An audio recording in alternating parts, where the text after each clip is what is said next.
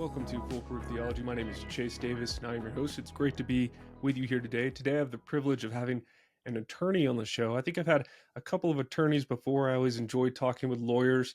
They have a certain way of thinking that really helps clarify matters. And if they have background in legal experience and other issues, they can really bring some clarity on different cultural matters, especially if they're Christian. And so I'm honored today to have Davis Younts on the show. Did I say your last name wrong again? I said it No, wrong I off think, hey, air it's close before. enough. It just depends on what part of the country you're from, I think, is how you pronounce it. Okay, cool. Well, thanks, Davis. Thank you for your grace. Davis, I wanted to hear more about your background. First of all, great middle name you've got there. It's my last name, so I really appreciate that.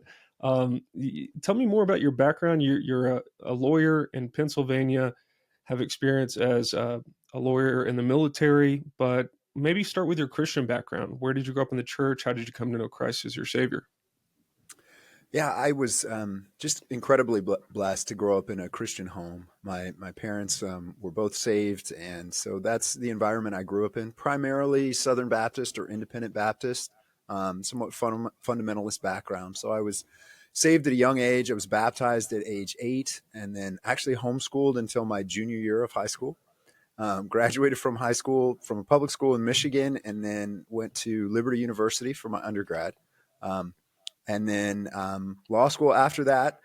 Wasn't sure if I was going to end up serving in the military until 9/11 happened, but 9/11 happened while I was in law school. And so I raised my hand and volunteered to serve as a JAG in the United States Air Force. I was able to get into that program. And so that's kind of where my professional career started, all the way back in 2002. So, That's amazing. When yeah, you were so in I a was JAG fortunate. officer, I'm sorry. Go ahead. I was just saying, when you were a JAG officer, were you deployed overseas? I did. I had a lot of time away, but I had one particular deployment for almost 7 months. It was in support of Operation Enduring Freedom. So I wasn't in Afghanistan, but I was in other nations around Afghanistan supporting that mission. Okay, great. And when did you end up leaving the military to enter into either private practice or whatever you're doing now? Yeah, so I left the military, the active side of the military, after 11 years on active duty. So I had been a prosecutor, a defense attorney. My last job on active duty, I was an instructor at the Air Force JAG School. I became chief of the Military Justice Division. So I taught trial advocacy, military justice to all JAGs throughout the Air Force.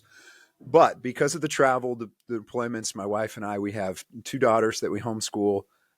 We prayed hard, and we were looking for opportunities to be somewhere, put down some roots, be a part of a local church community. So that's what we did. I got off of active duty and actually worked full time for the Pennsylvania National Guard for 2 years, then transitioned just into the reserves and in private practice. So I've been in private practice since 2015, primarily representing military members. And then I retired as a reservist, lieutenant colonel from the JAG Corps in December of 22. So last December. That's awesome, man. Thank you for service there. Obviously, there's a lot of background you bring to really interesting topics today. And that's why I was excited to have you on the program because they're topics that I kind of talk about with my friends about, the military, what's going on there.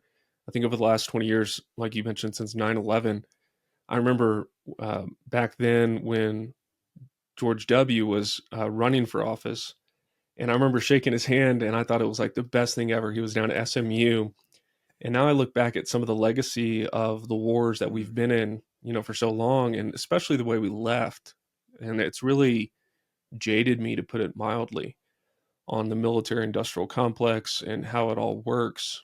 And I'm sure did in your practice for the last few years, have you been looking into cases regarding vaccine mandates, that kind of stuff in the military? Have you ever worked in that? Yeah, absolutely. And I just, I'll kind of echo your thoughts.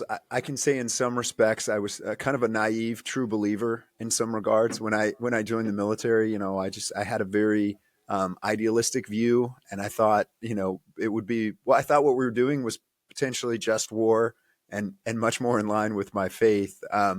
And I'm not sure that was the case anymore. We can talk about the Afghanistan withdrawal because it actually fits in with the vaccine mandate question you ask in some interesting ways. It's all tied together. But Yeah, it's an amazing story how I got involved with the vaccine mandate. God is just amazing in how He works. So, I myself, as a JAG, as a lieutenant colonel in the JAG Corps, was had filed a religious accommodation request to this vaccine. It's the first vaccine I ever filed a religious accommodation request for. But over time, I started learning a lot more about how these vaccines are developed. For me personally, it really was the fetal cell issue. You know, using fetal tissue to test and develop these products.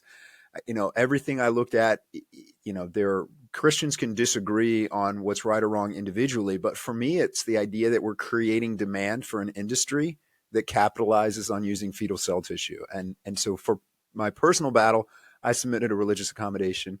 um, I will tell you, I felt alone. I felt very, very alone. I knew very few people, only a few people that I know personally that were standing with me on this. And so we were fighting this from our own foxhole. And I got a phone call, and I got a phone call on a Tuesday night at 11:45 at night from a friend of mine named Bradley Pierce. He's an attorney out of Texas.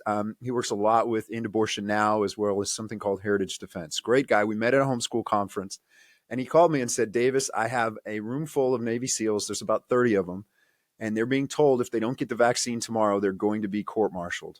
How can we help them? And so obviously I jumped in, got involved. Just a few days later, I was on the East Coast. I won't say where. I was on the East Coast meeting with about 60 Navy SEALs, and the guys from Apologia Church. So Jeff Durbin, Luke Pearson, and Bradley all came out, and we sat down and we spent time praying hard, working with these guys and developing a strategy to try to preserve their religious freedom in the military, preserve their opportunity to serve. And it was kind of a whirlwind from there for me. Tucker Carlson found out what we were doing, got involved. I had the opportunity to speak with him, share that story.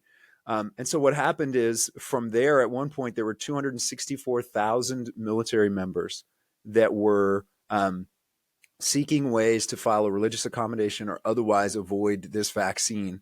So it was a huge issue for religious freedom in the military, and unfortunately, it's not over. But yeah, that's how I got involved, and it revealed a lot about what's happening in the military today, as far as culture, just some corruption, and what happens when our we take foundational things away from an organization like the military. We don't act like a Christian nation anymore when it comes to how we make these decisions.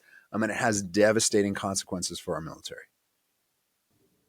Yeah, absolutely. I think I want to circle back because I want to chase that thread. But before we get there, thinking back on Afghanistan, Iraq, I've had friends who served there, a friend who died over there, and thinking about kind of like you said, true believer mentality, where I'm on the civilian side, but I'm still support the troops, that kind of thing. It's very complicated. We actually did a training for the men at our church on just war theory. We had a robust debate on this topic. Can you tell me more about from your own experience, your own personal experience, your own background as a believer and just an attorney? How do you kind of conceive of the reasons we went over there from a just war perspective? Well, I do think you can distinguish between, and it's, to some extent, you can distinguish between Afghanistan and Iraq to an extent. I think there are unanswered questions about who really knew what, when, whether there was intentional deceit of the American people or not.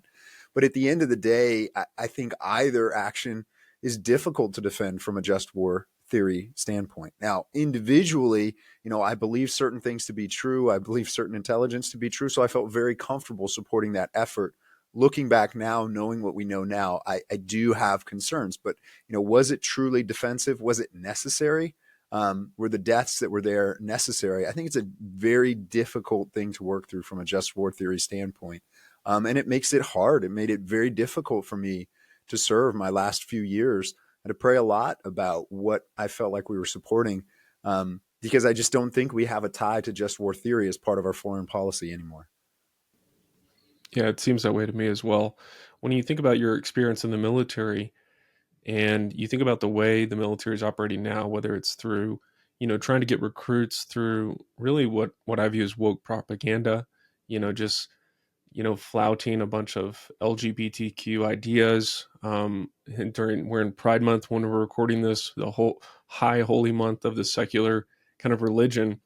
And so each branch of the military is trying to, put on its, marketing and social media, rainbow flags and that kind of thing. Not even in our own military, but even in Canada, we see the president or whatever they call him up there, prime minister, raising the trans flag, all this kind of stuff. Tell me about how that has happened, because if I were to show that to my grandfather, who was in the military, and other relatives who are in the military who have passed, and they were to come back today and see all that, I think they would be shocked. And I myself am shocked. It's very surprising, upsetting, disturbing. Tell me how a Christian should think about how that's come to pass.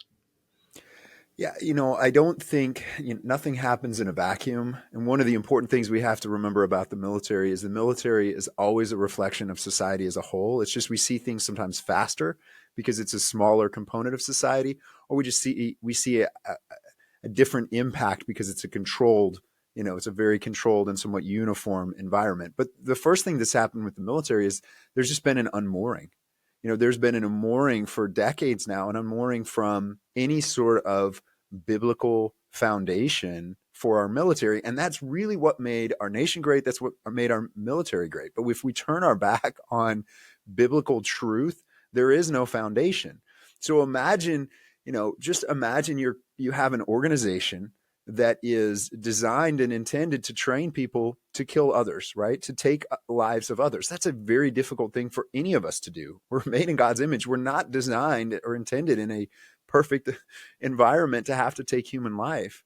So imagine doing that, but doing it because you believe what you're doing is good, right? So I think of my grandfathers in World War II, one of my grandfathers in Korea, thinking about that perspective, they had a sense of peace about what they were doing. And today we don't even make homage to some of those basic biblical principles anymore in our military. So you've taken that away. You will be prosecuted, persecuted in the military for praying in Jesus' name, except for in limited settings. Chaplains are forced, and sometimes their promotions are hurt if they're not willing to do same-sex weddings or pray Hindu prayers. I represented an O5 in the Navy who was, forced to go through an administrative separation process and almost kicked out of the Navy because he made Bibles that he purchased available in his office. So he'd do an in-processing with his sailors and say, this is a book that I get my wisdom and leadership from. It's helped me in my career. I will gladly give you a free copy if you'd like it as a resource. There's no pressure from me. But that was seen as proselytizing, just having a Bible available on the shelf. So I say that all to say everything we see now in the military is a result of just a complete unmooring from any kind of a standard. But on the flip side, it's buying into the myth of neutrality, right? It's this idea that anything can be free from a moral or religious standard. So what we see in the military is we've divorced ourselves from any kind of a Christian foundation, biblical foundation rooted in truth for the training, the morale, the character that we're doing, and we've really replaced it with secular humanism. And that's where it all starts. And the last thing I'll say on that is just this. In 2015, the Army War College, so that's where all the senior leaders in the Army go. It's right here in Carlisle, Pennsylvania. They did a detailed study on integrity and character in the military. And what they found was that military commanders, and they were particularly focused on the Army, but military commanders were willing to compromise their integrity in order to accomplish checklist items. In other words, they were pencil whipping checklists. But the reality is, these professors at the Army War College proved there were not enough hours in the day to complete all of the mandatory training that they had at that time, and yet it was 100% complete across the Army. In other words, there was no commander that was being honest about not meeting those training requirements, even though they were impossible. So you have all of that background, which leads into the vaccine mandate and the way Christians were persecuted in that, the unmooring from just basic legal principles in that process, and then the woke agenda comes in, and we're dealing with a religion, and that religion has filled this, in my mind, it's just filled the space. We pushed Christianity out of the military, and now another religion is coming in. Do you think that people in the military today, do you think they just are going along to get along? Do you think there's a kind of an outcry from just people in any branch who sense a deep disconnect with what's being celebrated publicly. I think of the recent controversies like Bud Light or Target, who have alienated a lot of their, we're going to say consumer base in that industry, but in terms of their kind of core constituents, the people that make up the military, do you think a lot of these people are secular humanists that believe this stuff to be true, or do you think this is being run, and if so, how is it being run from a federal level so blatantly against the people that make up the branches of our military service? I think there's a lot to unpack there. I think one starting point for it is when you get to a certain leadership level in the military, you're a bureaucrat. And so unless you're actually, someone who's commanding in combat, you're a bureaucrat. And so what you get very good at as a senior leader in the military is navigating the bureaucracy. And you have a tendency to adjust and do things that reward you within that military bureaucracy. So when we look at the Pentagon, we look at the Department of Defense, just these huge, massive organizations, and there is a sort of a go along to get along mentality, a careerist mentality that creeps in. And unfortunately, that 2015 study to me just shows a lack of courage. It's a lack of moral courage, and it's a lack of true leadership. And that's not everyone. There are absolutely bright spots throughout the military, but on the highest levels, the way to become a senior leader in the military has become very political. And so if the administration in the White House is pushing an agenda, if the sort of the pure permanent civilian bureaucracy within the DOJ or the DOD is pushing an agenda, you have to go along with it in order to protect your career and get promoted. So unfortunately, it's a lot of careerism and just weakness, and we've sort of lost that. The other piece that I see is you have you're not teaching a positive view of Christianity, so you have a vacuum, and lost people will act lost. And the problem in the military is so many young people in the military have found purpose and meaning and family in the military, and so if the military says do this, there's this buy-in, right? There's just sort of this natural buy-in. That's all part of it. But I can tell you, and I can tell everybody listening, listen, everything you're seeing outside, whether it's Bud Light, whether it's Target, anything else, that's all happening on the military. You can go online today and see, Laughlin Air Force Base that's in Texas. They're planning a pride parade through family housing on the Air Force Base on June 30th. Langley has had Drag Queen Story Hour. Many other bases have had this.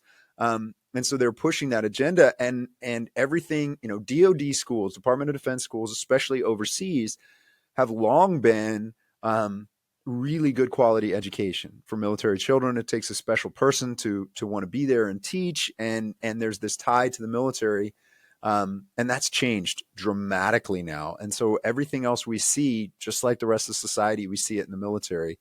And so going forward, that does two things. It makes us look at what happened in Afghanistan, and I'll touch on that. But the other piece is it is absolutely, I strongly believe, having a devastating impact on retention in the military and also recruitment into the military. And the reason is simple. You can't isolate Afghanistan from what happened with the vaccine mandate. And what I mean by that is this. With Afghanistan, you had military leaders and commanders that were on the ground that were either speaking truth to the White House and leadership about what was going to happen and being ignored, or they were afraid to open their mouth. And I don't think that's speculation, because look, some of the units in Afghanistan, as they're pulling out, they destroyed their equipment. They blew it up. They destroyed their equipment, made it unusable. Other commanders left the equipment there perfectly usable, and it fell into the hands of terrorists. How does that happen? What that means from a military standpoint is they were given no guidance. They were just given an arbitrary deadline, but no guidance. That way, no one at a higher level is responsible for what happened. So there's no responsibility and accountability. It was just left to the lower level commanders to make those decisions. Very, very similar things happened with the vaccine mandate. There was clear policy, there was a clear goal, but they came up with arbitrary deadlines, and they were just saying, well, that's a commander making a decision on how to handle that individual case, even though there was a policy and a deadline in place. So all of those things come together, and it's just created a huge lack of trust. Boots on the ground, average military members that understand what's happening have lost trust in senior leaders. They see them as politicians. They see that lack of character and integrity. And so many people in the military are second and third generation that serve. Parents, people like me, are not recommending young people serve in the military today under these conditions. So sorry, that was a long answer to that question, but No, that's I get great. very fired up about that. Yeah, question regarding the kind of Laughlin Air Force Base and these other places where they're doing these pride events. How does it? What does it look like in the military for people to?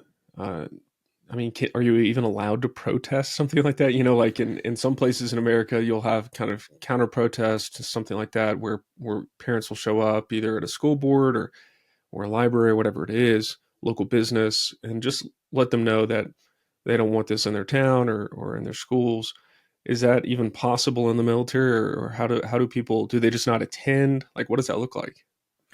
Yeah, so there would not be a mechanism or a means for sort of a protest on a military installation, right? It's very tightly controlled by the installation commander, so those things would simply not happen. Any kind of assembly, even free speech zones, are very limited on a military installation, so that would be difficult. And then the challenge is, how do you speak up and how do you push back against something like this in the military? And the answer is, if you do, you are risking your career. I mean, you're risking potentially criminal charges and a court martial if you speak up against this, because it will be deemed hate speech. It will be deemed extremism. It will be deemed, some sort of, pushing your religious faith in inappropriate ways. So all of those things make it very, very difficult. So even, I've represented clients who, whether it was during the vaccine mandate or other times, have spoken out in sort of, town hall type forums or things like that, commanders calls in the military. And often they're punished or reprimand for speaking out if they speak anything that is contrary to the agenda, the current narrative, the current secular humanism that's there, regardless if they're bringing it out for faith-based reasons. They're silenced pretty quickly. It's pretty shocking. It's got to be a hard position to be in, especially with the lack of kind of virtue. The way I've always, and I want to hear your feedback on this, the way I've always kind of analogized it in my head, because I went to A&M, they had the Corps of Cadets, and I always said, when young men at 18 went into the Corps, uh, all it really did was reveal what was in somebody's heart, their character. Because sometimes you get people that went through the Corps and they just became total douchebags, just not good men. And at other times, people went through the Corps and they're just great leaders, great men. Their characters refined, and so it's kind of a system which is meant to break you down, but it's especially with a lack of kind of a Christian background or a faith based on the Bible, you've got a vacuum that secular humanism is filling, and it's not compelling to people. It doesn't give people something to live for. And so it reveals not only this kind of dynamic between the person coming into the formative community of the military, you've got a very unvirtuous population, but then you've got an institution that itself is unvirtuous. And so it becomes kind of this bureaucratic, corrupt, really oppressive, you might say, institution. Would that be a fair way to think of it? It absolutely is, and I can give an example. I mean, part of the problem is the military doesn't have solutions to some of the most significant problems that they face without a meaningful morality. So the example I would give is sexual assault, right? Sexual assault in the military, you see that in the headlines. It's a clear problem. Here's the problem. How do you combat sexual assault in an organization where what you're supposed to do is, according to the secular humanists, is encourage all kinds of morally depraved, sexually depraved activity, and you're putting young men and women together, putting them living together, putting them in austere conditions, and you're encouraging all kinds of sexual depravity, promoting that as a good thing, and then you have a problem with sexual assault. You know, and there's no moral standard. And I have this conversation, I even have people who will say to me, well, you know, we have an issue with people engaging in unhealthy relationships or unhealthy sexual activity in the military. And my response to that is, okay, but by what standard? What's unhealthy? Because you've defined everything as healthy and good. And now you don't have one of the key solutions to the problem is there's a God designed intended place for consensual sexual activity. It's in marriage, and you're encouraging the exact opposite and worried about the consequences. Yeah, that makes complete sense. One of the things that I was curious to know about in terms of the military, how far this goes down in terms of people, whether it's, people who just get into the military or people who are kind of in that bureaucratic position. I wanted to talk about pronoun usage. This is something that's come up for me as a pastor, as I pastor people in corporate America and other startups, and our context with a lot of these tech companies just kind of adopting it, HR departments enforcing it in email signatures and that kind of thing. Have you seen that crop up? And if so, how can people resist doing that? Yeah, it's a great question. So if we look at it first in the military context, it's not been mandated yet. But what happens in the military for things like this is there's like a slow cultural drift, right? So what happens is senior leaders get brought into meetings and they're strongly encouraged to start putting their pronouns in their signature block on an email, right? And I mean, in today's military, 80% of the work gets done via email, right? It's just like corporate America in that regard. And so then every time a military senior leader is sending out an email and they have pronouns in the signature block, they're sending a message, right? And so then what you have is you have early adopters and then you have others that come in. So we have training on how to respect people and how to respect their pronoun usage and things like that. Nothing's been mandated yet, but then you just have just this growth of people using it. So what's going to happen at some point, it's going to reach a tipping point. And then if you don't have it in your email and your signature block, then you're going to be seen in a negative light. And then shortly after that, so whether it takes a year or 2 years, unless there's significant change or revival, it will become mandatory. Um, Outside of the military, so I don't have a client yet that I've seen be in trouble for not using proper pronouns within the military context. I have had a client who was reprimanded and almost lost their career over being unwilling to sign off and recommend approval of a transgender surgery package. So that's happened. And the reason for it was military readiness. Obviously, someone who's going through that process, taking those hormones, not only is it really, really expensive and taxpayers are paying for it, but even further, you're in a situation where they're not going to be ready. They're not going to be capable of physically serving in the military, particularly in an austere environment, deployed environment, for years. And so there's tremendous pressure to approve those. The same things happens with approving TDY, paid time off to go get an abortion out of state. So we see those things. That's in the military.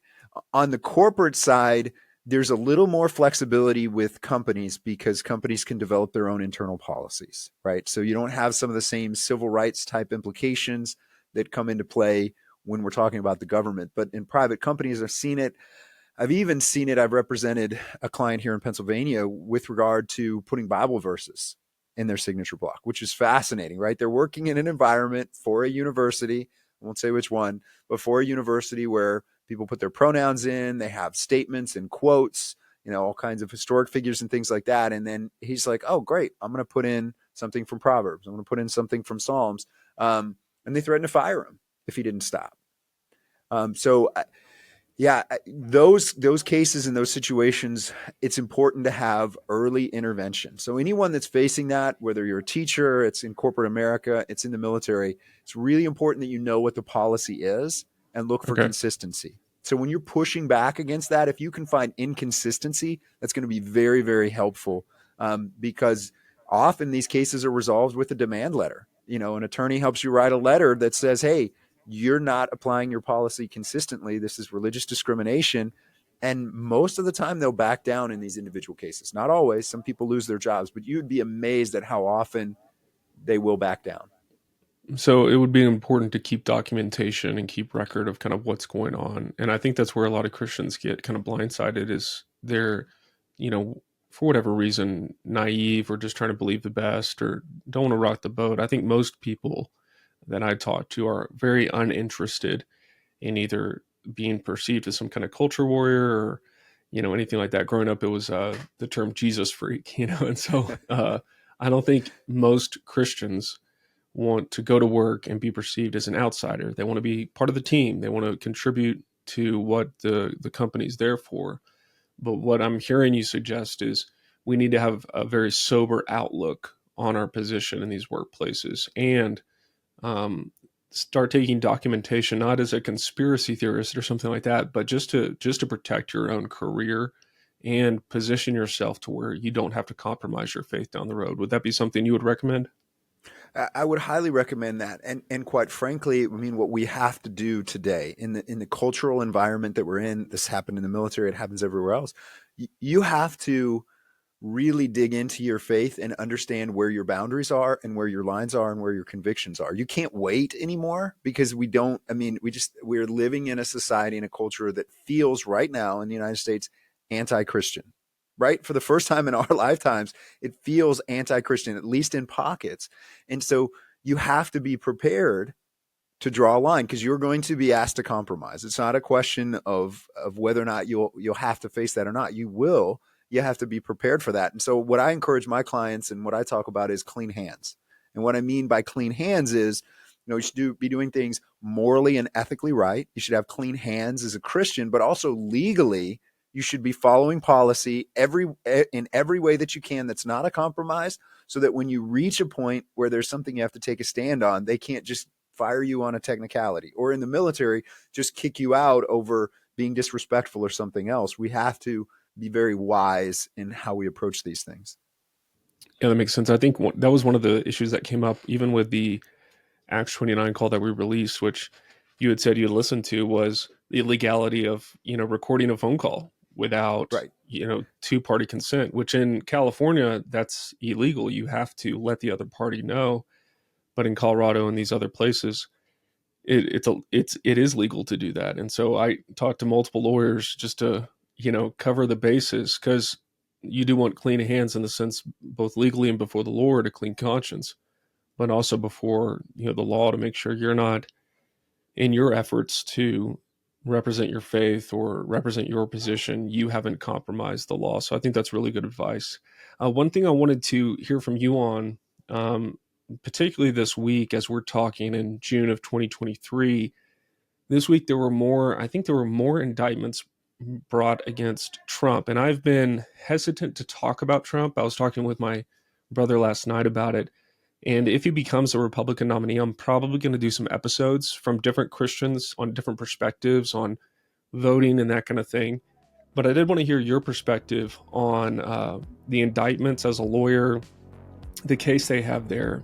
And so if we could do that, that would be great. If you want to hear the answer to that, if you want to hear Davis answer that, I'm actually going to put that behind the paywall on the Patreon. So you need to go sign up on the Patreon, become a subscriber there. You get free merch. You can interact with me. You can hear the full episode. But we're going to put that behind the Patreon. So, Davis, what do you think about these indictments that are coming against former President Trump?